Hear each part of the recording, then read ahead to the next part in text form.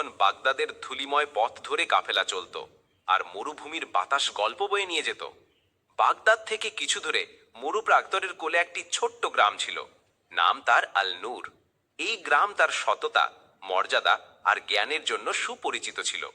গ্রামের মানুষের জীবন ছিল সহজ, কিন্তু তাদের হৃদয়ে লুকিয়ে ছিল গভীর প্রশ্ন আর স্বপ্ন।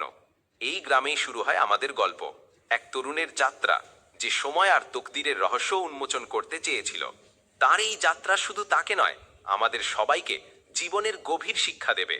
এই গ্রামে এক তরুণ বাস করত, যার নাম ছিল ইয়াসির।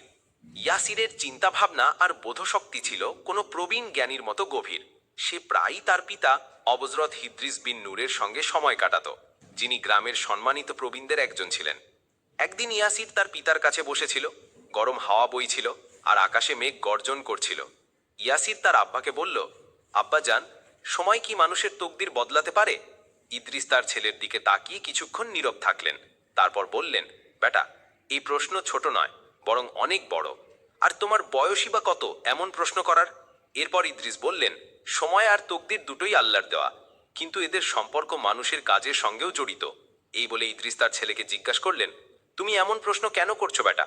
ইয়াসির গভীর নিঃশ্বাস নিয়ে বলল, আমি দেখেছি আমাদের গ্রামে অনেকে কঠোর পরিশ্রম করে, কিন্তু ফল পায় না। আবার কেউ কেউ কিছু না করেও ধনী হয়ে যায়। এটা কি তকদির, নাকি সময় কারো পক্ষে থাকে? ইদ্রিস মুচকি হাসলেন, নরম সুরে বললেন, বেটা, তোমার খোঁজ শুরু হয়ে গেছে। যখন কেউ এমন প্রশ্ন করে, সে হয় অসন্তুষ্ট থাকে, নয়তো পথ খুঁজছে। এরপর ইদ্রিস তার ছেলেকে পরামর্শ দিলেন যে সে মরুবাদীর দিকে যাক। সেখানে একজন প্রবীণ জ্ঞানী হকিম আলী বাস করেন। বলা হতো যে হকিম আলী শুধু জ্ঞানের সমুদ্রই নন, সময় আর তকদিরের গিঁট খোলার কৌশলও জানেন। পরের দিন সকালে ইয়াসির তার যাত্রা শুরু করল। উটের পিঠে, সঙ্গে সামান্য প্রয়োজনীয় জিনিসপত্র আর হৃদয়ে হাজারো প্রশ্ন নিয়ে সে সেই প্রবীণ জ্ঞানীর দিকে রওনা হলো। পথে তার সঙ্গে অনেক কাফেলার দেখা হলো। কারো কাছে পানি নিল, কারো কাছে পথ জিজ্ঞাসা করলো, কিন্তু সে কারো সঙ্গে তার প্রশ্নের কথা বলল না। তার হৃদয় বলছিল যে উত্তর কেবল সেই প্রবীণের কাছেই পাবে যার কথা তার আব্বা বলেছিলেন। চতুর্থ দিনের রাতে ইয়াসির একটি ওয়াদিতে থামল। রাতের সময় ছিল, নির্জনতা আর ঠান্ডা হাওয়া বইছিল। হঠাৎ তার কারো পায়ের শব্দ শোনা গেল। সে চমকে উঠল। ইয়াসির ডাক দিল, কে আছে ওখানে? এরপর এক অজানা লোক সামনে এলো, যার লম্বা কদ ছিল, মুখ ঢাকা, হাতে একটি অদ্ভুত কাঠি। অজানা লোকটি জিজ্ঞাসা করলো, তুমি ইয়াসির, তাই না? ইয়াসির ভয় পেয়ে বলল, হ্যাঁ, আমি ইয়াসির, কিন্তু আপনি কে? রহস্যময় ভঙ্গিতে বলল, আমি সেই যাকে সময় পাঠিয়েছে এবং তকদির বেছে নিয়েছে যাতে তোমার পথ সহজ হয়। ইয়াসির অবাক হয়ে জিজ্ঞেস করল, এর মানে কি?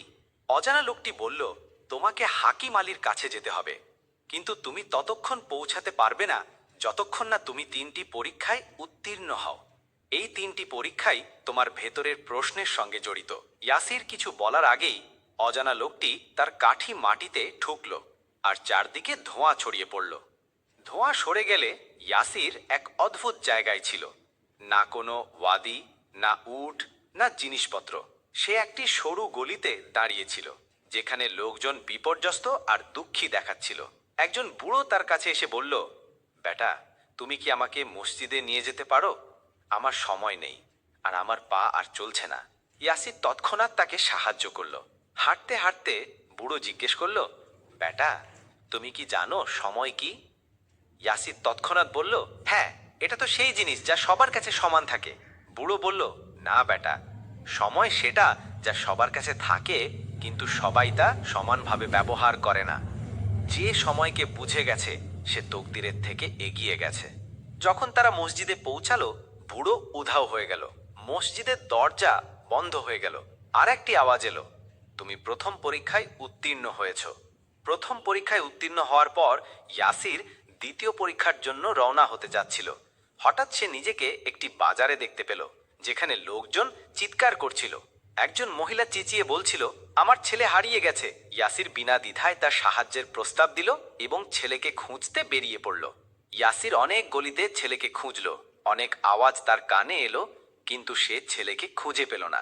কিছুক্ষণ খোঁজার পর অবশেষে একটি নালার কাছে ছেলেটি কাঁদতে কাঁদতে পাওয়া গেল। যখন ইয়াসির ছেলেকে তার মায়ের কাছে ফিরিয়ে দিল, মহিলাটি বলল, তুমি না এলে আমি আমার নসিবকে ক্রমাগত দোষ দিতাম, কিন্তু এখন বুঝতে পেরেছি তকদিরের একটি অংশ হলো কোনো ভালো মানুষের আগমন। তার চলে যাওয়ার সঙ্গে সঙ্গে সবকিছু উধাও হয়ে গেল। আর তারপর সেই আওয়াজ আবার গুঞ্জে উঠল, ইয়াসির, তোমার দ্বিতীয় পরীক্ষাও সম্পূর্ণ হয়েছে। এরপর তৃতীয় পরীক্ষার জন্য ইয়াসির নিজেকে একটি নির্জন মাঠে দেখতে পেল। সামনে একটি বড় দরজা ছিল, যার উপর লেখা ছিল, যার নিজের ওপর ভরসা আছে কেবল সেই ভেতরে যেতে পারে। ইয়াসির কিছুক্ষণ সেখানে থামলো এবং ভাবতে লাগলো, আমার কি সত্যিই ভেতরে যাওয়ার সাহস আছে? এরপর ইয়াসির বলল, বিসমিল্লাহ, এবং দরজা খুলল। দরজা খুলতেই ভেতরে একটি বড় আয়না ছিল। আয়নায় তার প্রতিবিম্ব দেখা গেল, কিন্তু সেই প্রতিবিম্ব তাকে প্রশ্ন করছিল, তোমার কি নিজের ওপর ভরসা আছে যে তুমি হাকিম আলীর প্রশ্নের উত্তর দিতে পারবে? ইয়াসির উত্তর দিল, আমার নিজের ওপর নয়, আমার রবের ওপর ভরসা আছে, যিনি আমাকে এখানে পৌঁছে দিয়েছেন। ইয়াসিরের এই উত্তর শুনে আয়নাটি তৎক্ষণাৎ ফেটে গেল এবং একটি পথ খুলে গেল। যখন সে সেই পথ দিয়ে গেল, সামনে একটি বাগান ছিল। বাগানের মাঝখানে একটি বুড়ো গাছের নিচে একজন প্রবীণ বসেছিলেন। তার সাদা পোশাক, উজ্জ্বল মুখ আর চোখে একটি নূর ছিল। তিনি আর কেউ নন, হাকিম আলী ছিলেন। হাকিম আলী বললেন, এসো ইয়াসির, তুমি সময় এবং তকদিরের প্রথম ধাপে সফল হয়েছ। এখন তোমার আসল শিক্ষা পাওয়া বাকি। ইয়াসির সম্মানের সঙ্গে সালাম দিল এবং তার সামনে বসল। হাকিম আলী তার চোখ বন্ধ করলেন এবং বললেন, ইয়াসির, তোমার প্রশ্নগুলো বড়, এর উত্তর সরাসরি নয়, কিন্তু আমি তোমাকে 3টি গল্প শোনাব। প্রতিটি গল্প একটি সত্যের উপর পর্দা তুলবে। মনে রাখো, এই গল্পগুলো শুধু শোনার নয়, অনুভব করারও, কারণ সত্য সেই বোঝে যে হৃদয় দিয়ে শোনে। হাকিম আলী ইয়াসিরকে প্রথম গল্প শোনাতে শুরু করলেন। অনেক সময় আগের কথা। একজন সুলতান ছিল, যার নাম ছিল সুলতান হামিদ। সে খুব শক্তিশালী ছিল, কিন্তু খুব অহংকারীও। সে সময়কে তার জাগির মনে করত। সবসময় বলতো, আমি যখন চাই সবকিছু পেতে পারি। তার প্রাসাদের সামনে একজন বুড়ো শ্রমিক প্রতিদিন তার কাঠ বিক্রি করতে আসতো। সে সময় মতো আসতো, সময় মতো চলে যেত। সুলতান মজা করে বলল, এই বুড়ো, তোমার কি মনে হয় না যে তোমার সময় এখন শেষ হয়ে গেছে? শ্রমিক মুচকি হেসে বলল, হুজুর, আমার সময় আমার সঙ্গেই আছে, আমি তার সঙ্গেই চলি, কিন্তু আপনি তাকে আপনার গোলাম মনে করেছেন। সুলতানের এই কথা খারাপ লাগলো। সে শ্রমিককে বন্দি করল। কিন্তু এক রাতে সুলতানের তীব্র জ্বর হলো। সব জ্ঞানী ব্যর্থ হলো। অবশেষে শ্রমিককে আনা হলো। সে শুধু গরম পানি দিল এবং কিছু আয়াত পড়ল। তারপর বলল, সুলতান, এখন তোমার সময় তোমার কাছে জবাব চায়। তুমি তাকে বোঝনি, শুধু ব্যবহার করেছ। সময় সম্মান চায়, হুকুম নয়। পরের সকালে সুলতান সুস্থ হলো। সে শ্রমিকের কাছে ক্ষমা চাইল এবং বলল, আজ আমি জেনেছি সময়ের চেয়ে বড় কিছু নেই, না তখত না তাজ। প্রথম গল্প শোনানোর পর হাকিম আলী তার চোখ খুললেন এবং জিজ্ঞাসা করলেন, কি বুঝলে ইয়াসির? ইয়াসির ধীরে সুরে বলল, আমি এই গল্প থেকে শিখেছি যে যে সময়কে বোঝে না, সে তকদিরকে কখনো বুঝতে পারবে না। এরপর হাকিম আলী তার ছড়ি মাটিতে রেখে দ্বিতীয় গল্প শুরু করলেন। তিনি ইয়াসিরকে বললেন, বেটা, এই গল্প একটি গরিব মেয়ে লায়লার, যে একজন ময়লা কুড়ানি ছিল। সে সারাদিন কাটা, কাঁচ এবং ভাঙা জিনিস তুলত, কিন্তু তার মুখে কখনো অভিযোগ আসতো না। লোকজন তাকে দুর্ভাগ্যবান বলতো, কিন্তু সে প্রতি সন্ধ্যায় সেজদা করত এবং শুকরিয়া আদায় করত। একদিন শহরের বাদশার মেয়ে অসুস্থ হয়ে পড়ল। কোনো চিকিৎসা কাজ করল না। তখন একজন রুহানি জ্ঞানী বলল, যার নসিব সবচেয়ে খারাপ, সেই যদি তাকে স্পর্শ করে তাহলে শিফা সম্ভব। অনেকে এলো, কিন্তু ব্যর্থ হলো। তারপর লায়লাকে আনা হলো। যখন সে রাজকুমারীর হাত ধরল, তখন সে সুস্থ হয়ে উঠল। এটা দেখে সবাই অবাক হলো। লায়লা শুধু বলল, আমি আমার তকদিরকে কষ্ট নয় বরং নেয়ামত মনে করেছি। হয়তো আল্লাহর কাছে এটাই পছন্দ হয়েছে। সেদিন থেকে বাদশাহ লায়লাকে তার মেয়ে বানিয়ে নিল। দ্বিতীয় গল্পের পর হাকিম আলী ইয়াসিরের দিকে তাকিয়ে জিজ্ঞেস করলেন, এই গল্পে তুমি কি অনুভব করলে? ইয়াসির উত্তর দিল, তকদির কখনো কখনো আমাদের চোখে নয়, আমাদের আচরণে লুকিয়ে থাকে।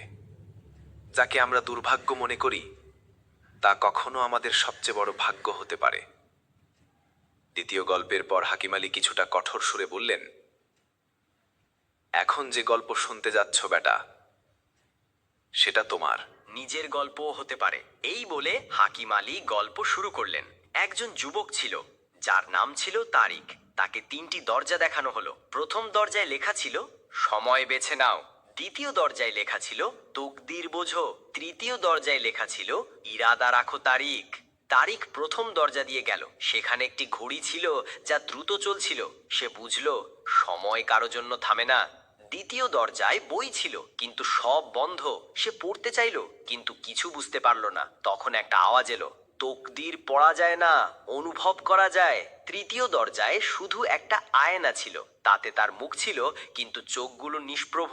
তখন একটি নুরানি আওয়াজ এলো, যদি তোমার ইরাদা জীবন্ত না হয় তাহলে সময়ও তোমার নয় আর তকদিরও চুপ থাকে। যখন ইরাদা জাগবে তখন সময় তোমার সঙ্গে চলবে এবং তকদির তোমার পক্ষে সাক্ষ্য দেবে। তৃতীয় গল্প শোনার পর তারিক তার চোখ খুলল এবং বলল, এখন আমি আল্লাহর দিকে নেক পথে চলবো। আমি আর আমার তকদির থেকে ভয় পাবো না, বরং তাকে গ্রহণ করব। হাকিম আলী ইয়াসিরকে শেষ কথা বললেন, বেটা, সময় একটা বই আর তকদির তার লেখা, কিন্তু কলম তোমার হাতে। যা লিখবে তাই পড়বে, যা বুনবে তাই কাটবে। হাকিম আলী বললেন, মনে রাখো ইয়াসির, সময়ের সঙ্গে লড়ো না, তার সঙ্গ দাও। আর তকদির থেকে ভয় পেও না, তাকে সিজদা করো, তাহলে সে তোমার জন্য রেজা হয়ে যাবে। ইয়াসির এখন বাগদাদের সেই প্রবীণ দরবেশ হাকিম আলীর 3টি রুহানি গল্পে মুগ্ধ হয়ে গিয়েছিল। তার ভেতরে এখন আর শুধু প্রশ্ন ছিল না, বরং উত্তরের একটি আলো জ্বলতে শুরু করেছিল। কিন্তু হাকিম আলী যাওয়ার সময় শুধু একটি কথা বলেছিলেন, এখন যখন তোমার জীবনের আসল পরীক্ষা আসবে তখনই তুমি বুঝবে যে সময় এবং তকদিরের আসল ফয়সালা কি। হাকিম আলীর এই 3টি গল্প শোনার পর যখন ইয়াসির তার গ্রামে ফিরল, তখন তাকে প্রথমে তার হাবেলির নীরবতা শোনা গেল। বাড়ির বড় দরজায় যেখানে আগে নৌকর চাকর দাঁড়িয়ে থাকতো, এখন সেখানে নীরবতার ছায়া ছিল। সে ভেতরে ঢুকতেই তার মা কাঁদতে কাঁদতে ছুটে এলো এবং তাকে জড়িয়ে ধরে বলল, বেটা, তোমার আব্বু খুব অসুস্থ, ডাক্তাররা জবাব দিয়ে দিয়েছে, আর তোমার ভাইরা ব্যবসার সব মাল বিক্রি করে কোথায় যেন উধাও হয়ে গেছে। ইয়াসিরের পা টলে গেল, কিন্তু তারপর তার মনে হাকিম আলীর সেই আওয়াজ গুঞ্জে উঠল, ইরাদা মজবুত হলে সময় শত্রু হয় না, তকদিরও দুঃখ দেয় না। যখন ইয়াসির তার পিতার ব্যবসা সামলানোর চেষ্টা করলো, তখন জানতে পারল যে তার 2 ভাই হাসান এবং মাহদি তার অনুপস্থিতিতে সব দলিল এবং মাল বিক্রি করে দিয়েছে। কিছু নগদ টাকা নিয়ে তারা অন্য শহরে বসতি গড়েছে। এখন লোকজনের চোখে ইয়াসিরের নামও বদনাম হয়ে গিয়েছিল। শহরের ধনী লোকেরা তার উপর ভরসা করত না, এমনকি বাজারের ছোট দোকানিরাও বলতো তার খানদান এখন লুটেরা হয়ে গেছে, এখন সে কি ব্যবসা করবে। কিন্তু ইয়াসির কোনো জবাব দিল না, কারণ এখন সে সময়ের সঙ্গে লড়তে শিখে গিয়েছিল। এরপর ইয়াসির সময় সঠিক ব্যবহার শুরু করলো। দিনে সে পুরনো দলিল এবং হিসাবের বই পড়ত আর রাতে তার পিতার দেখাশোনা করত। ধীরে ধীরে সে একটি ছোট দোকান খুলল, যেখানে সে কেবল সততা এবং স্বচ্ছতার সঙ্গে ব্যবসা করত। কিছুদিনের কঠিন পরিশ্রমের পর যখন পরিস্থিতি কিছুটা ভালো হতে শুরু করলো, তখন এক রাতে তার মায়ের স্বাস্থ্য খারাপ হয়ে গেল। মারা যাওয়ার আগে তারা ইয়াসিরকে কাছে ডেকে বললেন, বেটা, তোমার আব্বুর স্বপ্ন ছিল যে তুমি এই শহরের সবচেয়ে নেক এবং সৎ ব্যবসায়ী হবে। আর মনে রাখো, অভিশাপে নয়, দোয়ায় তকদির তৈরি হয়। তোমার ভাইদের মাফ করে দিও। এই কথা শুনে ইয়াসিরের চোখ ভিজে গেল। সে তার মায়ের হাত ধরে প্রতিজ্ঞা করল, আমি সময়ের সঙ্গে অভিযোগ করব না, তকদিরের সঙ্গে লড়ব না, বরং তার উপর ভরসা করব, কিন্তু আমার ইরাদাকে কখনো দুর্বল হতে দেব না। মায়ের ইন্তেকালের কয়েক মাস পেরিয়ে গেল। ইয়াসিরের ব্যবসা আবার চলতে শুরু করলো। সে এখন ধনী ছিল না, কিন্তু লোকজনের ভরসা অর্জন করেছিল। এমন সময় একদিন হাসান এবং মাহদি লজ্জিত অবস্থায় তার সামনে এলো। পরিস্থিতি তাদের কোথাও ঠাঁই দেয়নি। ইয়াসির তাদের জড়িয়ে ধরল এবং মায়ের শেষ কথা পুনরাবৃত্তি করলো, যে সময়কে মাফ করে তকদির তাকে কখনো একা ছাড়ে না। পরের সকালে ইয়াসির আবার বাগদাদে গেল হাকিম আলীর সঙ্গে দেখা করতে। যখন সে তার পুরো গল্প শোনালো, হাকিম মুচকি হেসে বললেন, এখন তোমার কাছে সত্য প্রকাশিত হয়েছে। সময় এবং তকদির একে অপরের শত্রু নয়, বরং সঙ্গী। কিন্তু তাদের একত্রিত করে মানুষের নেক ইরাদা এবং ধৈর্য। এরপর তিনি তার ছড়ি ইয়াসিনের হাতে দিয়ে বললেন, তুমি এখন রুহানি ব্যবসার মুসাফির। যাও, অন্যদেরও বলো যে সময় এবং তকদিরের ফয়সালা মাথা নত করে নয়, বুক উঁচু করে করতে হয়। এই গল্প আমাদের শেখায় যে কখনো সময়কে হালকাভাবে নিও না এবং তকদিরের ওপর অন্ধ ভরসা করো না। মানুষের সাফল্য শুধু তার তকদিরে নয়, তার সঠিক সময় নেওয়া সিদ্ধান্ত, ধৈর্য, বুদ্ধিমত্তা এবং পরিশ্রমের মধ্যেও লুকিয়ে থাকে। এই গল্প আমাদের এটাও শেখায় যে যে তার পরিস্থিতির সঙ্গে লড়ে, সময় তার সঙ্গ দেয়। তকদিরের ওপর ভরসা করো, কিন্তু সময়কে নষ্ট করো না। প্রবীণদের কথা সত্যের আলো দেয়। আসল ফয়সালা সময় বা তকদির করে না, বরং মানুষের নিয়ত, বুদ্ধি এবং আমলিতার গল্প লেখে। যদি আপনাদের আমাদের এই গল্প ভালো লেগে থাকে, তাহলে ভিডিওটি লাইক করুন, শেয়ার করুন এবং কমেন্টে আপনাদের মতামত অবশ্যই জানান।